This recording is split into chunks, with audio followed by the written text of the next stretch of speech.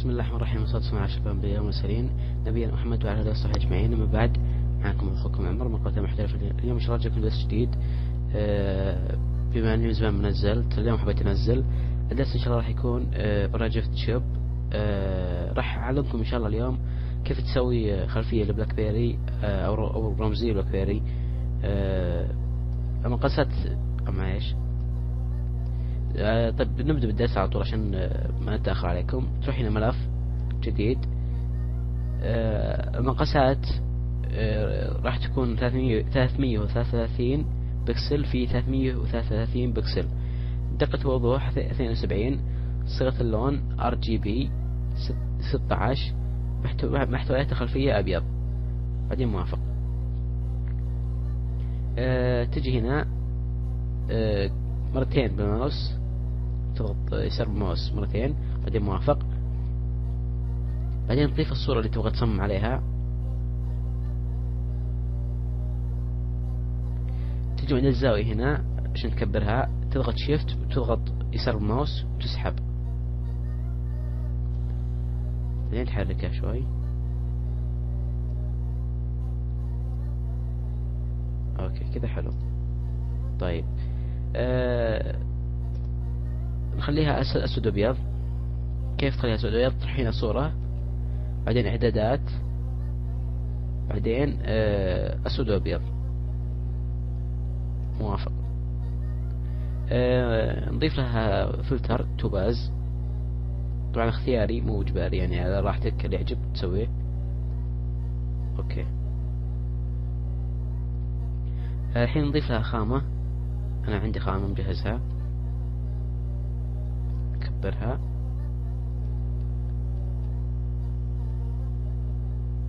أوكي كذا حلو. نغير المود إلى ضوء خافت. ترشية لا، ضوء خافت، خليها ضوء خافت كويسة. أوكي. طيب الحين شو نسوي؟ الحين ندمجهم جميع، الخامة مع نفس الصورة نفسها، مع الصورة نفسها يعني. دمج الطبقات. طبعا الحين راح استخدم تأثيرات توباز، عفوا مو تأثيرات توباز، تأثيرات باسد. ان شاء الله تعجبكم. ابحث عنها بجوجل، ان شاء الله راح تحصلونها وتعجبكم ان شاء الله.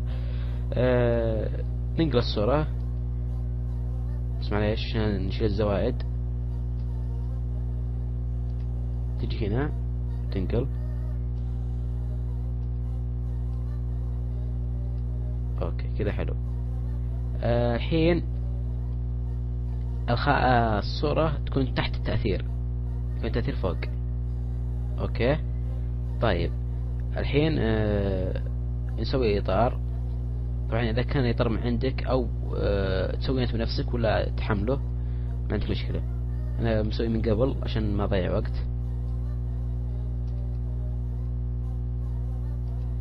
ممكن تعدل من هنا المود يعني على حسب ذوقك، او تضيف له يعني يسمى باترن، تخليه عادي وتضيف باترن عليه يعني كذا.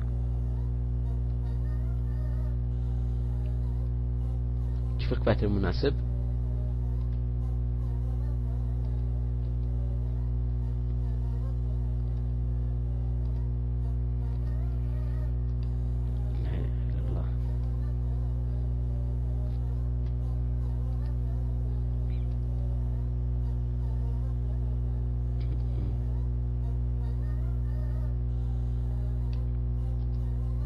اوكي هذا حلو. طيب موافق. الحين بقي لنا التكست او النص.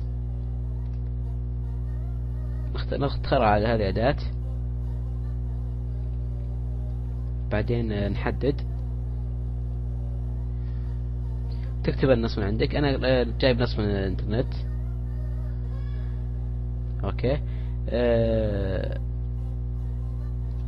راح احذف هذا. طيب وخلي الباقي، اجي اكمله عشان تخلي الصورة فيها شيء جميل شوي.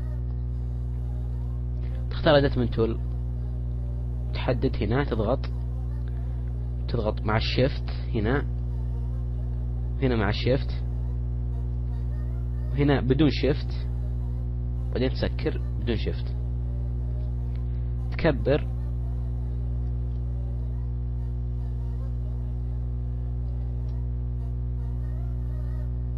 كذا. اوكي، تخليه هنا، تغير مكان اللاير يكون تحت النص، نغير لون، لا عفوا نغير لون الشكل اللي سويناه يكون رصاصي كذا، نخليه تحت التأثير عشان يتخذ الوان التأثيرات، نحرك النص يكون مكانه مناسب.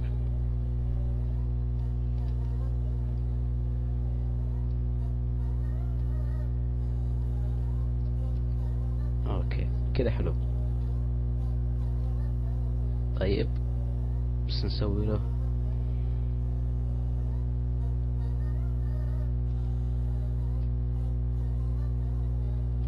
اوكي.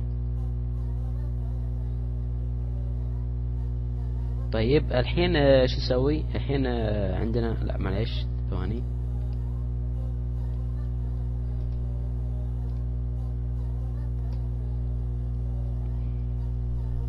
كذا حلو. طيب الحين عندنا شو اسمه،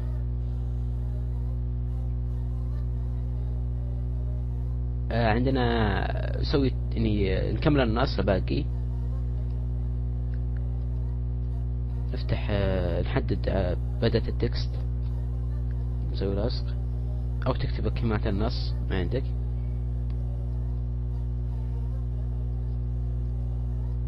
اوكي،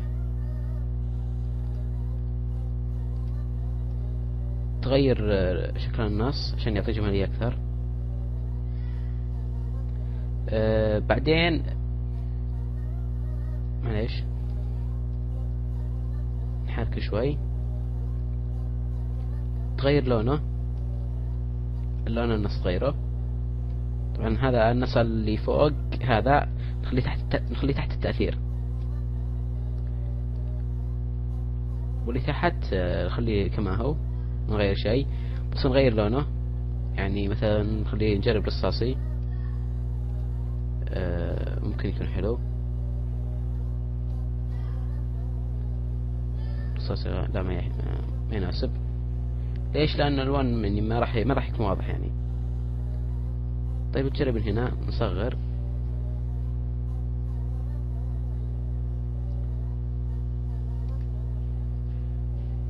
اوكي، نغمق اللون، لون النص يكون أغمق من كذا شوي، ويكون له سوري تأثير من هنا، يكون ظل. المسافة نقللها تكون 1، حلو 1. طيب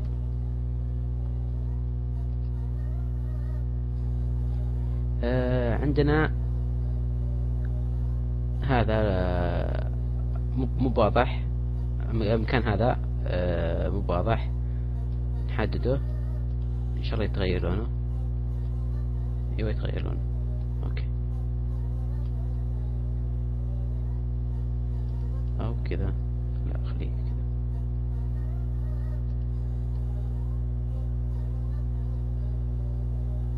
اوكي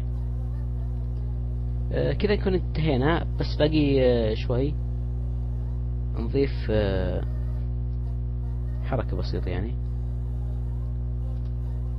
نكبرها. هذه نجمة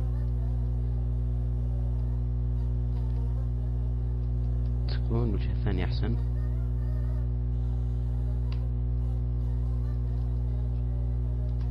نغير اللون، خليه مثل لون الخط الثاني، كلها ظل. اوكي طيب باقي نسوي هنا شوي.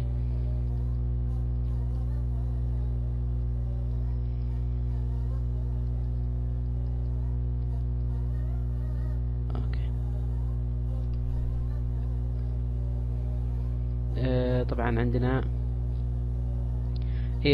شو اسمه، ضيف حقوقك، ممكن تكتب عنك حق عندك ولا كويري والبن. طبعا كذا نكون انتهينا من الدرس. اتمنى انكم استفدتوا من الشرح.